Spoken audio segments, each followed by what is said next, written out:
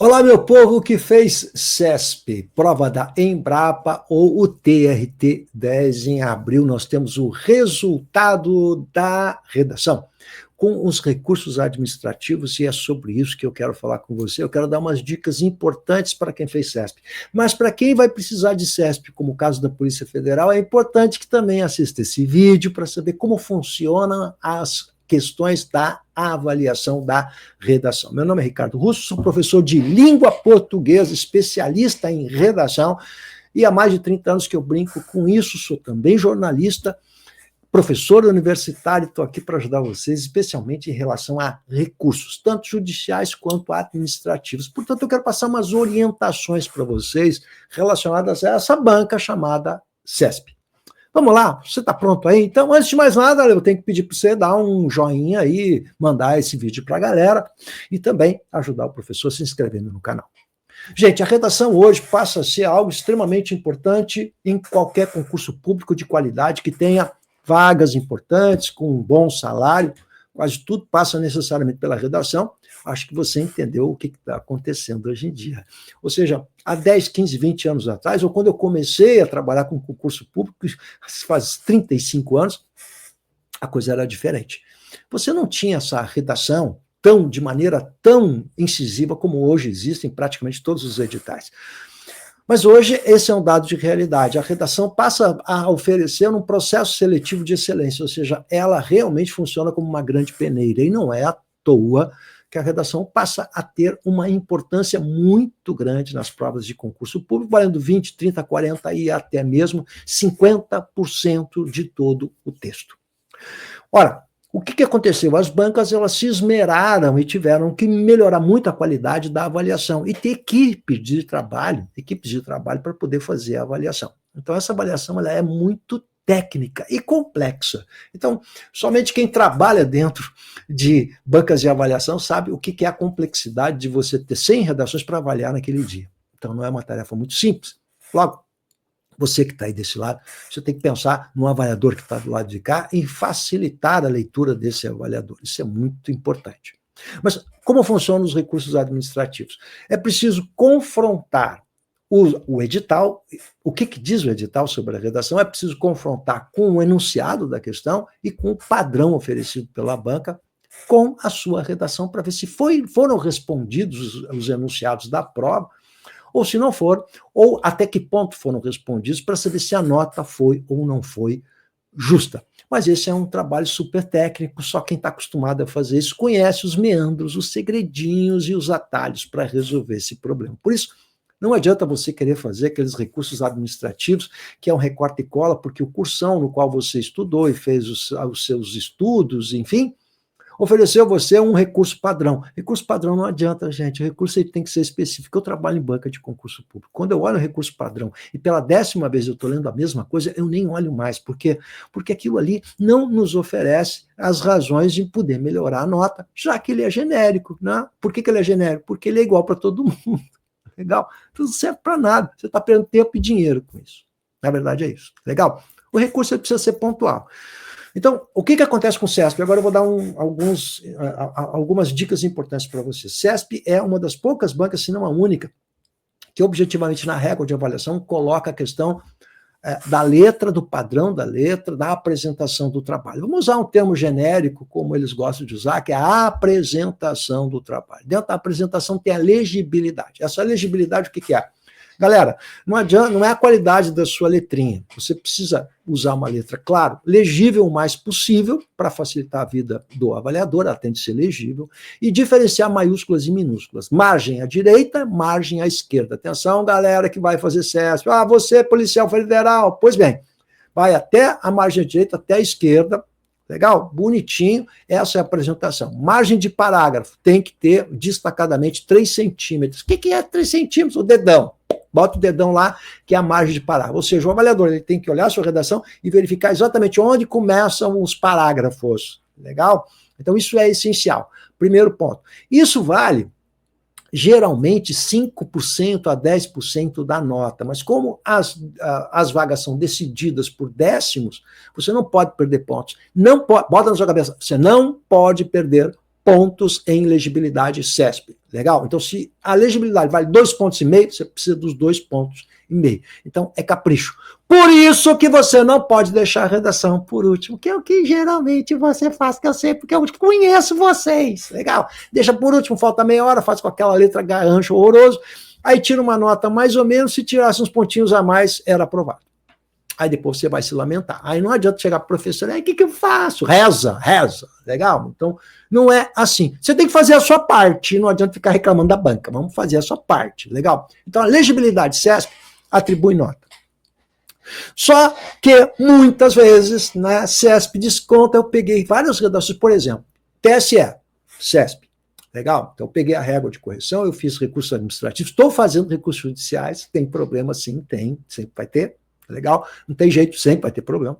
Aí eu peguei recursos judiciais, por exemplo, e observei o seguinte, o candidato teve uma letra bacana, legível, fez a paragrafação correta, não tem borrão, apresentação legal, estrutura do texto bacana e tal, e descontaram lá X pontos desse candidato, sem ter razão. Legal? Então, quando a gente faz o recurso administrativo, houve desconto em legibilidade, vamos verificar se o desconto é real ou não. Ou seja, aí eu tenho que pontuar, verificar se é uma questão de estrutura da dissertação, então vou observar a estrutura, se o parágrafo está certinho, se a letra é legível, se diferenciam maiúsculas e minúsculas, aí a gente vai ter que ter a nota máxima em legibilidade. Ponto número 1. Ponto número 2, sobre conteúdo. O conteúdo vai ser corrigido, o CESP é assim, ele coloca isso no edital, o conteúdo vai ser corrigido por 2 avaliadores. Esses 2 avaliadores vão examinar a nota, um não vai saber a nota do outro e vai ficar a média. Se houver uma discrepância, ou seja, uma diferença de mais de 25%, atenção, Embrapa, TRT10, uma diferença de mais de 25% de uma nota de um para o outro, que a gente chama de margem de discrepância, né? Haverá um terceiro corretor e a nota que fica é a média daquelas 2 notas mais próximas. Então, você sabe que o CESP tem uma preocupação, sim, com a questão da avaliação. Por quê? Porque bota 2 avaliadores. Não foi o que aconteceu, por exemplo, com o CNU, né? Por isso que teve notas muito malucas, né? Redações certinhas com nota ruim, redações bem construídas com nota ruim, redações muito mais ou menos com notas boas, porque foi só um avaliador. Mas isso no conteúdo. Agora, presta atenção. Na parte de gramática, só haverá uma avaliação. Aqui é que mora o problema. Então, presta atenção no que o prof vai falar agora. Como é um avaliador e eu estou acostumado a avaliar, gente, o cara vai avaliar 500 mil redações por dia, é lógico que o cara vai se passar por muita coisa.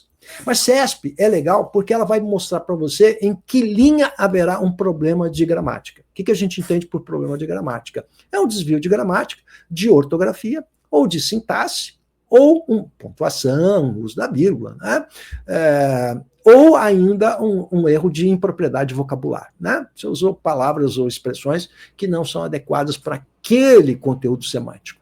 Bacana? Então você pode perder pontos, sim, em CESP em função disso, mas CESP vai apontar a linha.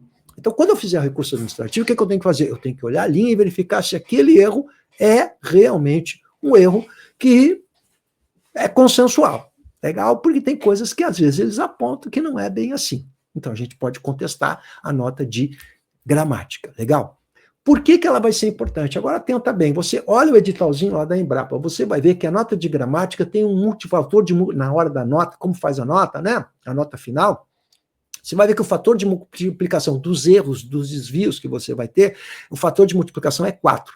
Já em TRT10, o fator de multiplicação é vezes 6. No TSE, o fator de multiplicação foi vezes 10, foi o mais alto que a gente já teve no CESP. Ora, quanto maior o fator de multiplicação, mais vai ter influência na sua nota os desvios de gramática, ou seja, a gramática vai ficar cada vez mais pesada.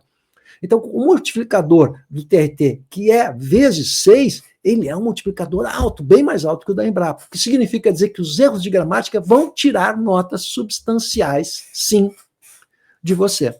Portanto, elas podem ser decisivas, e isso precisa ser feito por alguém que é especialista na área.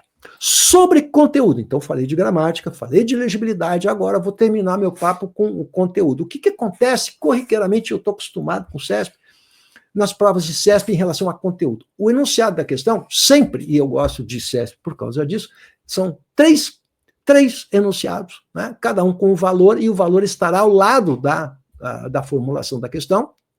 dos itens, né, estará ao lado. Você sabe quanto vale o primeiro, o segundo, o terceiro. Geralmente o primeiro sempre é um conceito, né? Legal? Muito bem. Então, olha só, gente. Diante disso, vem o padrão. E a banca oferece o padrão e as notas. Pode ser 0, 1, 2, 3, 4, 5, né? O que equivale isso? Quanto você vai ter daquela nota? Se valia 10 pontos aquele item, vamos imaginar, o primeiro item valia 10 pontos, você pode ganhar metade da nota, você pode ganhar um terço da nota ou a nota cheia. E eles vão dar um padrão dizendo o que é metade da nota, nota cheia, um terço da nota, ou não ganhou nota nenhuma. E o que você precisa botar na sua redação, colocar na sua redação, para ganhar essa nota. Por exemplo, a nota máxima. O que eu preciso para ganhar a nota máxima? Ocorre que no padrão, muitas vezes, são colocadas determinadas respostas do padrão que não estão no enunciado da questão. Não foi pedido pelo enunciado. E eles resolveram colocar. E aí isso acaba tirando pontos do candidato. Então, é preciso contestar o padrão.